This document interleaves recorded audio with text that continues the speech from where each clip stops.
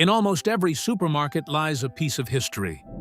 Purple wrapper, white lettering, a familiar name, Cadbury. For most people, it is just chocolate. But this name was an experiment for almost 200 years, with one simple question: can a company have a conscience?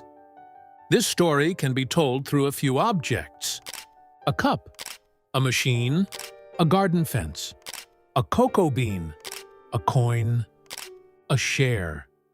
Each of these objects belongs to a moment when it was decided what Cadbury wanted to be. And at the end stands a different question. Not whether a conscience is possible, but whether it can be sold. The first object is a cup. In 1824, John Cadbury opens a small shop in Birmingham. He sells tea, coffee, and drinking chocolate. John Cadbury is a Quaker. His community believes in sobriety, honesty, and social responsibility. For him, cocoa is not just a commodity. It is a counteroffer. Not gin, not intoxication, but something warm, bitter, nourishing. Cocoa is meant to be more than a drink, a better offer, a small reform of everyday life. But a cup of chocolate does not change the world. What if a product is still meant to be more than a product? The second object is a machine. In the 1860s, John's sons George and Richard take over a struggling firm. Little capital, hard competition, a market in which cocoa is often stretched or adulterated. Then a machine comes into play, a hydraulic press. It separates the cocoa butter from the bean. The powder becomes finer, purer, more even. In 1866, Cadbury advertises with purity. And purity is more than taste. Purity is trust. The brothers are not just selling cocoa. They are selling the idea that their company can be believed. But the press only cleans the powder. It says nothing about who harvested the beans. The third object is a garden fence. The factory in Birmingham grows too cramped. In 1879, George and Richard moved to the countryside south of the city. They name the place Bourneville. In 1893, they buy more land and plan a model village. Houses with gardens, large windows, green spaces, sports grounds. Each house is to cover only a small part of its plot. The rest is garden. In an age when many workers live in overcrowded districts, this looks like a counter-design. A worker should not be only a labor force. He should be able to live, to breathe, to grow old. But the care comes with rules. Whoever marries must leave the factory, if she is a woman. Whoever lives in a Cadbury house lives by Cadbury's idea of a good life. Care can protect, and it can dictate. The fourth object is a document. In 1900, George Cadbury legally separates the village from the company. He founds the Bourneville Village Trust. He transfers nearly 400 houses to it. The income is to flow back into the place, not into private pockets. That sounds technical, but it is the most important decision of this story.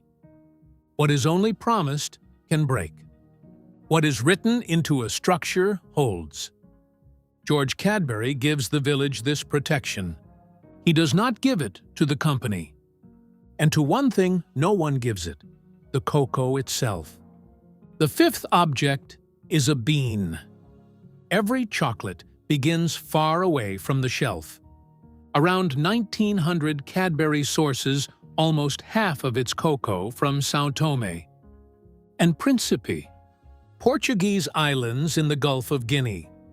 There, slavery has officially been abolished. In 1905, the journalist Henry Nevinson travels to the islands. He describes workers brought there under coercion who never return. Contracts no one can cancel. A practice the plantation owners call free labor. While gardens grow in Bourneville, The raw material comes from a world without protection. The question changes. It is no longer only about how Cadbury treats its own workers, but how far responsibility reaches. To the factory door?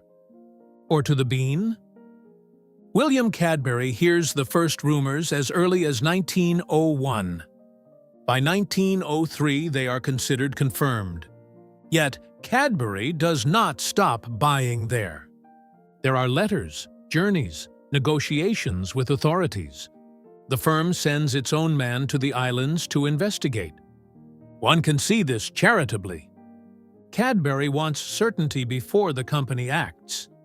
An immediate halt, so the argument goes, would change little.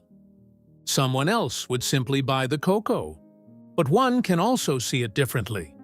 Because while Cadbury investigates for years, the business goes on. For 8 years. 8 years in which the gardens in Bourneville keep growing.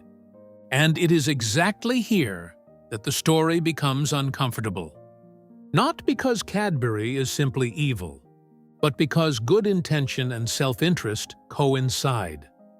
Open hypocrisy would be recognized at once. The slow act of reassuring oneself would not. The sixth object is a coin. In 1908, a newspaper attacks the family sharply. The accusation, morality at home, profit from forced labor in the supply chain. Cadbury sues for libel, and the accusation moves into the courtroom. When did Cadbury know what? How long did the buying continue? Cadbury wins the case. The court awards the firm damages, but only a farthing, a quarter of a penny? The smallest coin there is. Not a loud verdict of guilt. More a quiet judgment between the lines. Only on March 19, 1909, does Cadbury announce a boycott of São Tomé cocoa and turn to the Gold Coast, today's Ghana. Inside, Cadbury built a village. Outside, it took 8 years and a coin before it stopped. The seventh object is a share. Cadbury remains a strong British company for a long time. Dairy milk becomes famous. Bourneville remains a symbol. But a family firm turns into a corporation.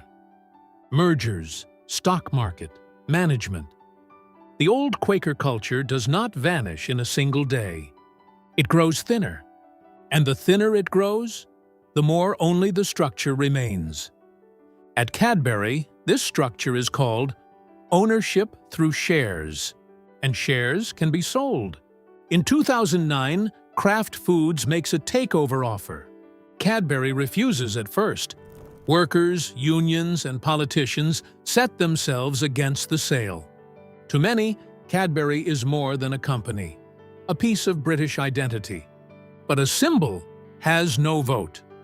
The shareholders decide the sale.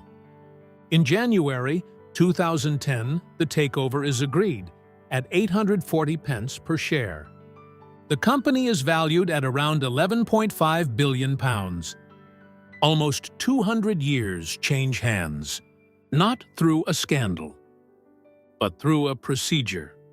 Shortly afterwards, attention turns to Somerdale near Bristol, a Cadbury factory in operation since 1919. During the takeover battle, Kraft had publicly promised to keep the site open. About a week after the takeover, the news comes: Somerdale will be closed. Production moves to Poland. Around 400 jobs disappear. Later, the British Takeover Authority publicly rebukes Kraft for that promise. But the factory stays shut. For the corporation, it is a sober calculation. For the 400, it is a door that closes, a canteen that stays empty, machines that fall silent. The purple wrapper remains. The name remains. The shelves stay full. Cadbury today belongs to Mondelez International.